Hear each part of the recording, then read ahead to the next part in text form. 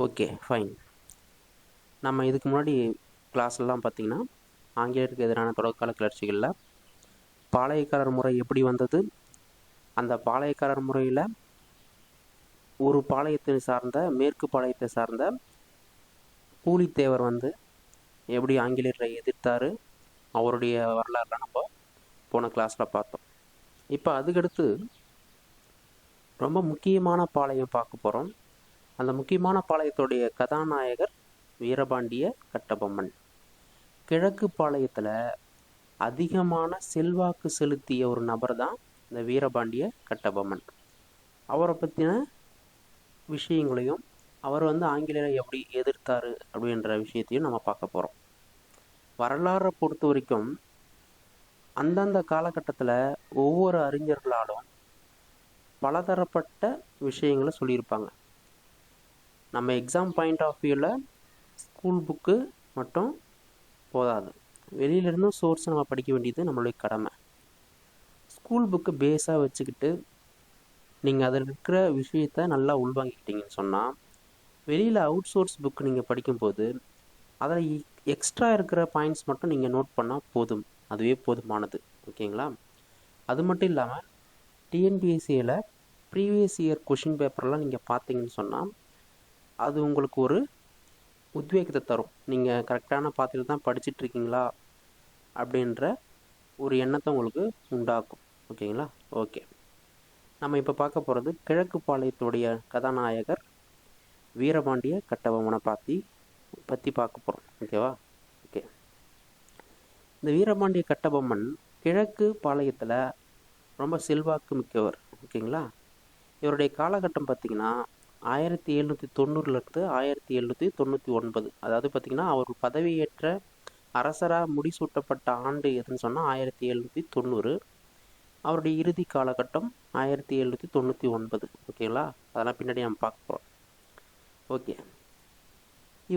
இவர் பார்த்திங்கன்னா தமிழ்நாட்டை சார்ந்தவர் இல்லை. இவருடைய முன்னோர்கள் பார்த்திங்கன்னா ஆந்திராவை சார்ந்தவங்க தான் இவருடைய முன்னோர். கிட்டத்தட்ட பார்த்திங்கன்னா 11ஆம் நூற்றாண்டில் தான் இவங்க எங்கே வராங்க, தமிழகத்துக்கு வராங்க. 11ஆம் நூற்றாண்டில் தான் ஆந்திராவில் இருந்து இவருடைய முன்னோர்கள் தமிழகத்திற்கு வராங்க. வந்துட்டு இதில் நம்ம சின்ன அடிப்படையான சில கான்செப்ட்லாம் நம்ம பார்க்கலாம். இந்த வீரபாண்டிய கட்டபொம்மனுடைய அப்பா பேர் பார்த்திங்கன்னா ஜெகவீரபாண்டிய கட்டபொம்மன். என்னங்க? ஜெகவீரபாண்டிய கட்டபொம்மன். இவர் என்ன செய்கிறாருன்னு சொன்னால், பாண்டியர்களுடைய ஆட்சி காலத்தில் அவங்களுக்கு கீழே இருக்கிற ஒரு நிர்வாகியாக இவர் ஆட்சி பொறுப்பில் இருந்தார். ஓகேங்களா? ஓகே, தலைநகர் பார்த்திங்கன்னா பாஞ்சாலங்குறிச்சியை தலைநகராக வச்சுக்கிட்டு அதுக்கு கீழே இருந்த வீரபாண்டியபுரம் அப்படின்ற இடத்த தான் வீரபாண்டியோடைய கட்டபொம்மனுடைய தந்தை ஜெகவீரபாண்டிய கட்டபொம்மன் ஆண்டார். ஓகேங்களா? ஓகே, பிற்காலத்தில் நாயக்கர் காலம் வரும்போது பாளையம் உருவாக்கப்பட்டதுன்னு சொல்லி நம்ம ஏற்கனவே பார்த்துருப்போம். பாளையம் உருவானதால் பின்னாடி வந்த வீரபாண்டிய கட்டபொம்மன், ஜெகவீரபாண்டியனுடைய மகன் வீரபாண்டிய கட்டபொம்மன் பாளையக்காரராக மாறுகிறார். எத்தனை வயசில்? 30 வயசில் பாளையக்காரர் முறையில் இவர் ஒரு பாளையக்காரராக மாறுகிறாரு, நிர்வகிக்க ஆரம்பிச்சிட்டார். 30 வயசில் தான் இவருக்கு பதவி ஏற்கிறார். அந்த ஆண்டு தான் 1790. ஓகேங்களா? ஓகே, இந்த விஷயங்களை நம்ம அடிப்படையாக தெரிஞ்சுக்கணும். எக்ஸாம் பாயிண்ட் ஆஃப் வியூவில் இதெல்லாம் ரொம்ப ரொம்ப முக்கியம். ஓகேவா? ஏன்னா இப்போ ரீசெண்டாக வரக்கூடிய எல்லா எக்ஸாம்ஸ்லேயும் கூற்று காரணமாக கேட்குறது வாடிக்கையாக போச்சு.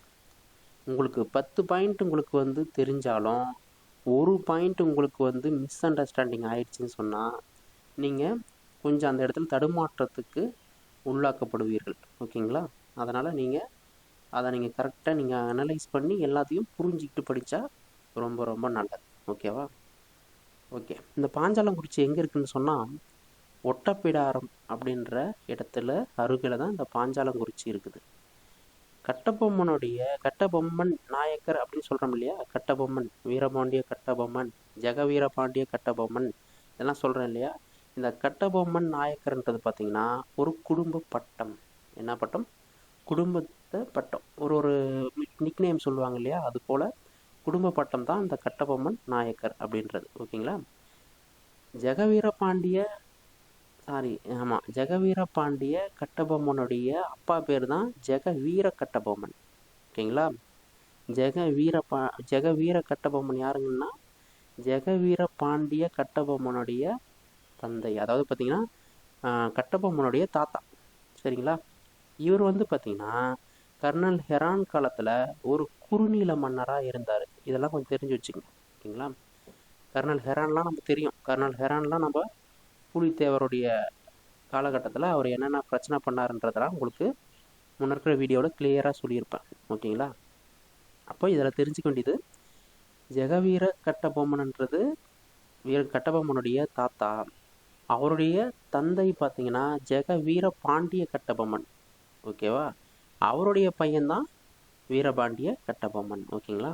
அதை நல்லா தெளிவாக தெரிஞ்சு வச்சுக்கோங்க. ஏன்னா நேம் நல்லா தெரிஞ்சுக்கிட்டோம்னா கதாநாயகரில் வந்து ஒரு ஒரு கதைக்களத்தில் நம்ம தெரிஞ்சு வச்சுக்கிட்டோம்னு சொன்னால் அவங்கள பற்றின சில விஷயங்களை ஈஸியாக நம்ம மனசில் பதிஞ்சுக்கலாம். ஓகேங்களா. ஓகே ஓகே சரி, கட்டபொம்மனை பற்றி நம்ம பார்க்கலாம். இவர் தான் ரொம்ப முக்கியமானவர் இல்லையா. ஓகே. 3/1/1760 பிறந்தார். ஜனவரி 3 1760 பிறந்தார். இவருடைய மனைவி பேர் பார்த்தீங்கன்னா ஜெக்கம்மாள். இவருக்கு தம்பி இருந்தாங்க. தம்பி பார்த்தீங்கன்னா 2 பேர். ஓமத்துறை. ஓமத்துறையுடைய இயற்பெயர் பார்த்தீங்கன்னா குமாரசாமி அப்படின்னு சொல்கிறாங்க. குமாரசாமி.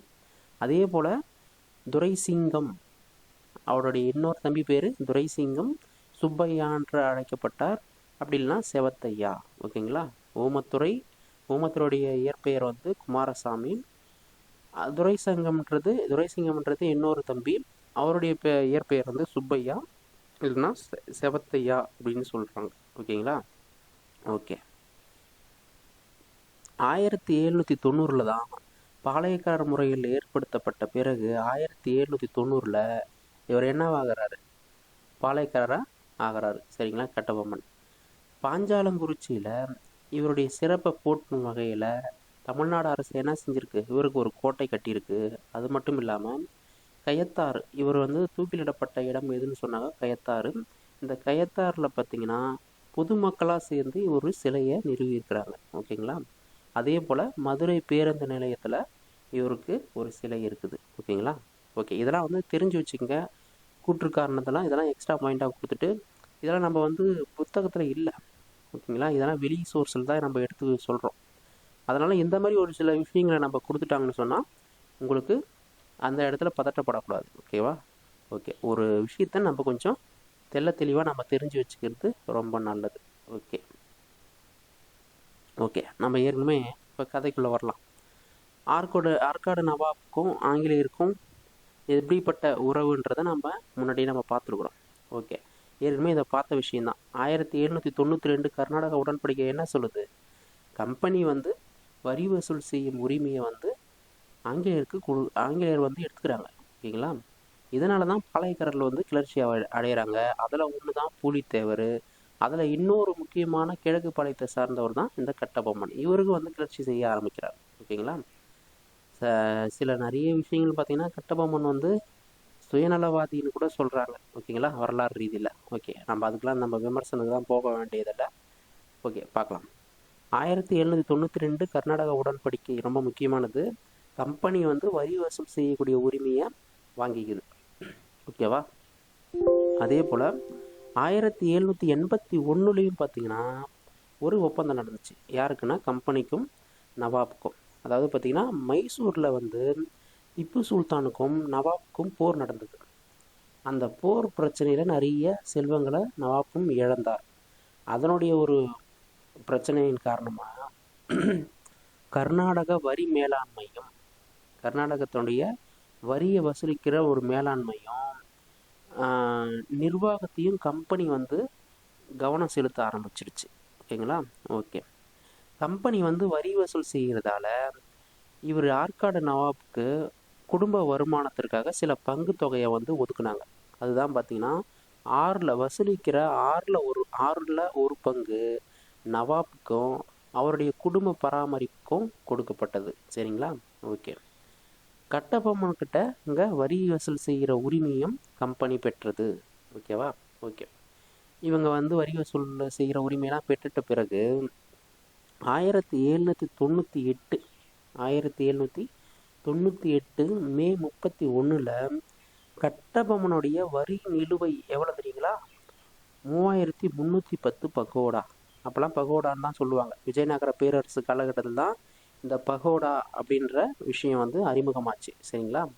அப்போது 1798 மே 31 பிரகாரம் கம்பெனி பார்த்தீங்கன்னா வரி நிலுவை எவ்வளோ சொல்லுது? 3310 பகோடா யார் கட்டணும்? கட்டபொம்மன் கட்டணும்னு சொல்லியிருக்காங்க. ஓகேங்களா? ஓகே. அதை யார் வந்து சொல்கிறதுன்னு சொன்னால், அப்போ இருந்த ராமநாதபுர கலெக்டர், அதாவது கம்பெனியோடைய நிர்வாகி ராமநாதபுர கலெக்டர் காலின் ஜாக்சன் வந்து பார்த்திங்கன்னா கட்டபொம்மனுக்கு இந்த தகவலை சொல்கிறார். 3310 பகோடா நிலுவையில் இருக்கிற விஷயத்த அவர் தெரிஞ்சுக்கிட்டு சொல்கிறாரு. ஓகேங்களா? அவர் தான் வந்து கம்பெனி நிர்வாகத்தின் கீழே வேலை செய்கிற ஒரு ஆள். அவர் தான் பார்த்திங்கன்னா அதை வசூலிக்க போகிற ஆளும். சரிங்களா? ஓகே. என்ன பண்ணுறாரு காலின் ஜாக்சன்? 1798 கட்டபொம்மனுக்கு ஒரு கடிதம் எழுதுகிறார். நிலுவைத் தொகையை கட்டுங்க, கட்டலைன்னா உங்கள் மேலே நடவடிக்கை எடுக்கப்படும் அப்படின்னு சொல்லிட்டு ஆளுநர் என்ன பண்ணுறாரு? மிரட்டி ஒரு கடிதத்தை எழுதி அனுப்புகிறார். கட்டபொம்மன் என்ன காரணத்தை காட்டுறாரு சொன்னால், அந்த கடிதம் கிடைச்ச பிறகு மழை இல்லாததால் ரொம்ப வறுமையில் வாடுறாங்க, அதனால் வரி செலுத்த முடியலை அப்படின்னு சொல்லி ரிக்வஸ்ட்டை தான் சொல்கிறார். ஓகேங்களா? ரிக்வஸ்ட்டை தான் என்ன சொல்கிறாரு? மழை இல்லை, வறுமை அதிகமாக இருக்கிறதால கொஞ்சம் கட்டுறது தாமதமாகும் அப்படின்ற விதத்தில் அவர் சொல்கிறார், காரணம் சொல்கிறார். ஆனால் கலெக்டர் ஜாக்சன் என்ன பண்ணுறாருன்னா, இந்த தகவலை திருப்பி கேட்கும்போது ரொம்ப கோவப்பட்டு இவன் இதெல்லாம் சரிப்பட்டு வரமாட்டான்னு சொல்லிட்டு படையை அனுப்பலாம் அப்படின்னு சொல்லிட்டு முடிவு பண்ணுறார். படையை அனுப்பி கட்டபொம்மனை அடக்கிறதுக்கு முடிவு பண்ணுறாரு. ஆனால் அவருக்கு மேலே இருக்கிற இந்த மதராஸ் மாகாண அரசு அனுமதி மறுக்குது. வேணாம், நீங்கள் வந்து அவசரப்பட்டு எந்த விதமான முடிவும் பண்ண தேவையில்லைன்னு சொல்லிட்டு மேலே இருக்கிற மதராஸ் மாகாண அரசு மறுப்பு தெரிவிக்கிறாங்க. என்ன காரணத்துக்கால அவங்க மறுப்பு தெரிவிக்கிறாங்கன்னு சொன்னால், ஏற்கனவே திருநெல்வேலி படை வீரர்களும் மைசூர் திப்பு சுல்தான் கூட போர் பண்ணிட்டு இருக்காங்க. திருநெல்வேலியோட படை வந்து எங்கே, அதாவது கம்பெனி படையான திருநெல்வேலி படை மைசூர் திப்பு சுல்தான் கிட்ட சண்டை போட்டுருக்கும் போது இவங்களுக்கு தேவையான ஆட்கள் இல்லை. அதனால் என்ன சொல்லுது மதராஸ் மாகாணம்? கொஞ்சம் பொறுங்க, அவசரப்பட வேண்டாம் அப்படின்னு சொல்கிறாங்க. ஓகே. அதுக்கு பதிலாக என்ன சொல்லுதுன்னா கம்பெனி நிர்வாகம் ஜாக்சனை ஒரு கலந்துரையாடலுக்கு பரிந்துரை செய்யுது. அவரை கூப்பிட்டு பேசுங்க அப்படின்னு சொல்லி மதராஸ் அரசு என்ன சொல்லுது?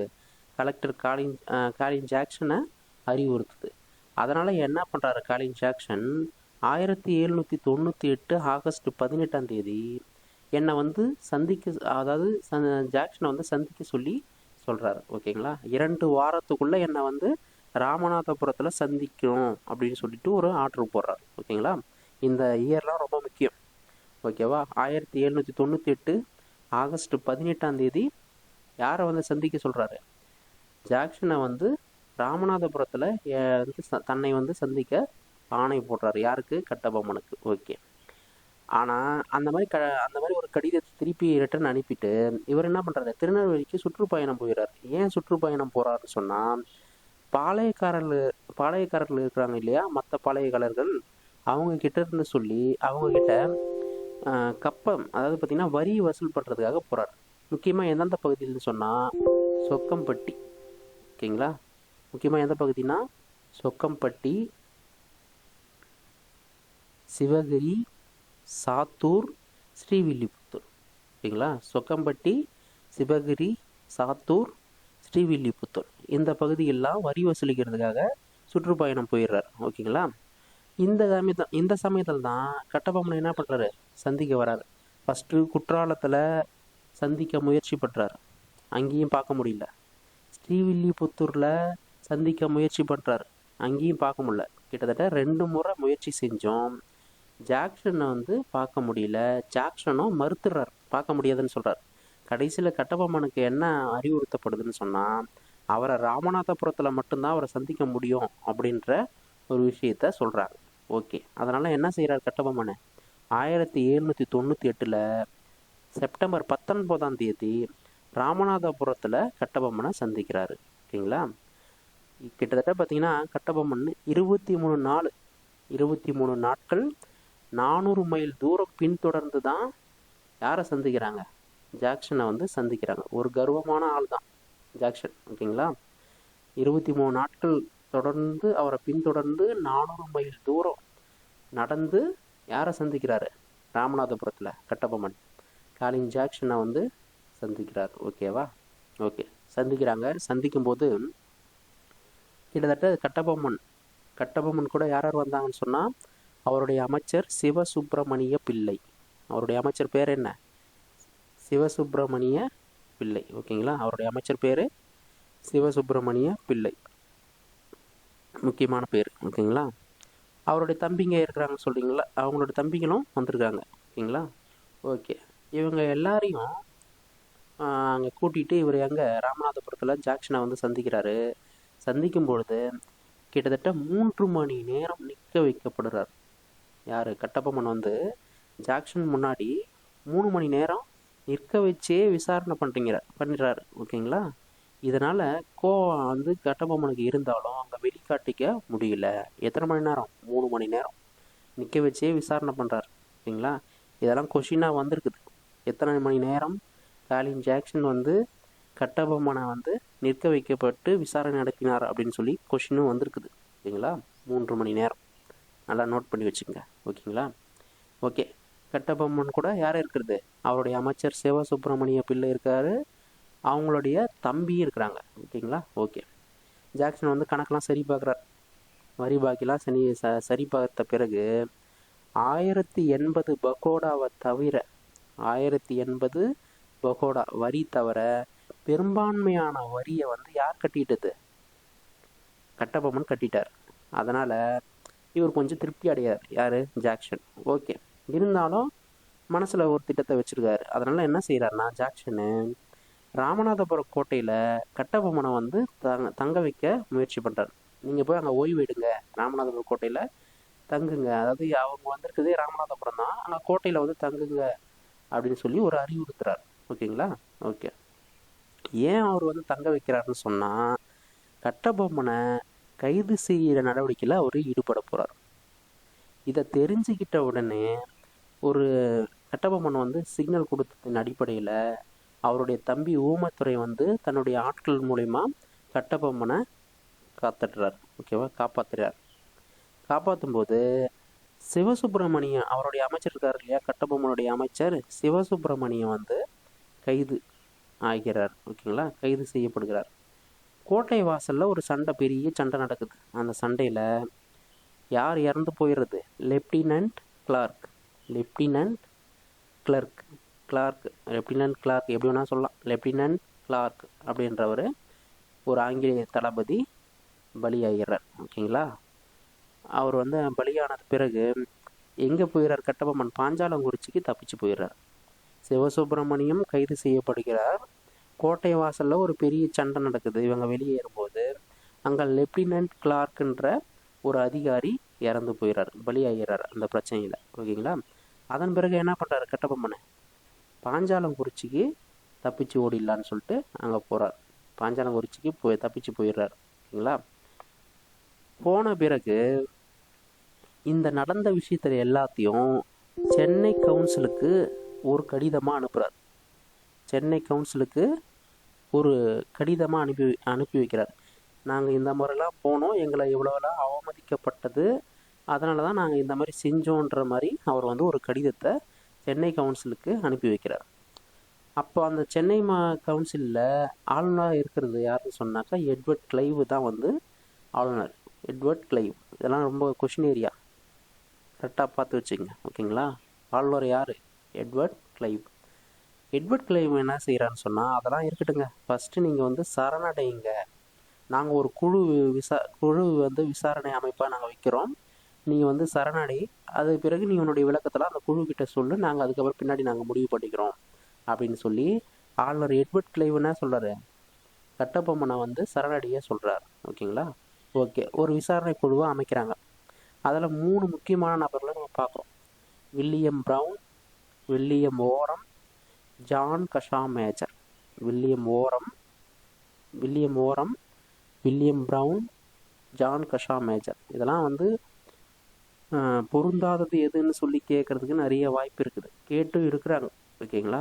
அதனால் வந்து கரெக்டாக என்னென்ன நாம் சொல்கிறோமோ, அடிக்கோடிட்டு சொல்கிறோமோ அதெல்லாம் திரும்ப திரும்ப நீங்கள் பார்த்துக்கிறது ரொம்ப நல்லது. 2-3 டைம் இந்த வீடியோவை நீங்கள் திருப்பி கேட்டிங்கன்னா நீங்கள் ஸ்கூல் புக்லேயோ இல்லை வெளியில் இருக்கிற சோர்ஸையோ நீங்கள் படிக்க வேண்டிய அவசியம் இல்லை. ஓகேங்களா? ஓகே, இந்த 3 பேர் தான் விசாரணை குழுவோடைய தலைவர்கள். சரிங்களா? யார் யாருன்னா வில்லியம் ப்ரவுன், வில்லியம் ஓரம், ஜான் கஷா மேஜர். ஓகேங்களா? இவங்க 3 பேரும் ரொம்ப முக்கியமான நபர்கள் விசாரணை குழுவில். சரி, இந்த விசாரணை குழு அமைச்ச பிறகு கட்டபொம்மனுடைய அமைச்சர் சிவசுப்பிரமணியம் வந்து விடுதலை செய்யப்படுறார். ஓகேங்களா? கட்டபொம்மனுடைய அமைச்சர் வந்து சிவசுப்பிரமணியம் விடுதலை செய்யப்படுறாரு. அதுக்கு முன்னாடி என்ன செய்கிறாங்கன்னா, ஒரு நடவடிக்கையாக ஜாக்சனை வந்து பணியிடை நீக்கம் செய்கிறாங்க. எப்படி ஒரு இப்பயும் நடைமுறையில் இருக்குது இல்லையா? ஒருத்தர் மேலே புகார் வந்தால் ஃபஸ்ட்டு உடனே வந்து வேலையை விட்டு தூக்கிட மாட்டாங்க, இடைநீக்கம் பண்ணுவாங்க. இடைநீக்கம் பண்ணி சில துறை ரீதியான விசாரணைலாம் மேற்கொண்டு அவங்க மேலே குற்றம் இருக்குதா இல்லையான்னு சொல்லி கண்டுபிடிச்ச பிறகு தான் அவங்க மேலே முழு ஆக்ஷன் எடுப்பாங்க. ஓகேங்களா? அப்போ அதே போல் ஜாக்சனை வந்து இப்போதைக்கு விசாரணைக்கு முன்னாடி பணியிடை நீக்கம் செஞ்சிடுறாங்க. ஓகேங்களா? யார் செய்கிறது? எட்வர்ட் கிளைவ் தான் பணியிடை நீக்கம் செய்கிறாரு. யாரை? காலின் ஜாக்சனை. ஓகே, கட்டபொம்மன் வந்து எந்த ஆண்டு வந்து விசாரணை குழுவை வந்து சந்திக்கிறாருன்னு சொன்னால் 1798 டிசம்பர் 15. ஓகேங்களா? 1798 டிசம்பர் 15 கட்டபொம்மன் வந்து இந்த 3 பேர் இருக்காங்க இல்லையா விசாரணை குழு, அவர்களை வந்து சந்திக்கிறார். குழு கட்டபொம்மனை வந்து குற்றவாளி இல்லைன்னு சொல்லி முடிவு பண்ணிடுது. ஏன்னா கட்டபொம்மன் மேலே எந்த தவறும் இல்லை. ராமநாதபுரம் கலெக்டராக இருந்த காலின் ஜாக்சன் தான் அவரை வேண்டுமனே அலக்கடிச்சிருக்கிறது தெரிய வருது. அதனால் என்ன செய்கிறாங்க, கட்டபொம்மன் வந்து குற்றவாளி இல்லை அப்படின்னு சொல்லி முடிவு பண்ணி ஜாக்சனை நிரந்தர பணி நீக்கம் செய்கிறாங்க. காலின் ஜாக்சனை வந்து என்ன பண்ணுறாங்க, முன்ன பணியிடை நீக்கம் செஞ்சாங்க, இப்போது அவர் மேலே குற்றம் உண்மையானதால் நிரந்தரமாக அவங்கள பணி நீக்கம் செஞ்சிட்றாங்க. அதுக்கு பதிலாக புது கலெக்டரை யாரை போடுறாங்க? எஸ்ஆர் லூசிங்டனை நியமனம் பண்ணுறாங்க. யாரை போடுறாங்க? SR Lushington. ரொம்ப முக்கியம். காலின் ஜாக்சன் பிறகு புதிய கலெக்டராக பதவியேற்றவர் யார்? SR Lushington. ஓகே நண்பர்களே, இது வரைக்கும் ஒரு பாட்டை நம்ம பார்த்துட்டோம். அதுக்கடுத்து இந்த எஸ்ஆர் லூசிங்டன் என்ன செய்ய போகிறாரு, அதுக்கப்புறம் கட்டபொம்மன் சும்மா இருப்பாரா, அவர் என்ன பிரச்சனை பண்ண போகிறாருன்றத நெக்ஸ்ட் வீடியோவில் நம்ம பார்க்கலாம். ஓகேவா? தேங்க்யூ ஃபார் வாட்சிங். தேங்க்யூ.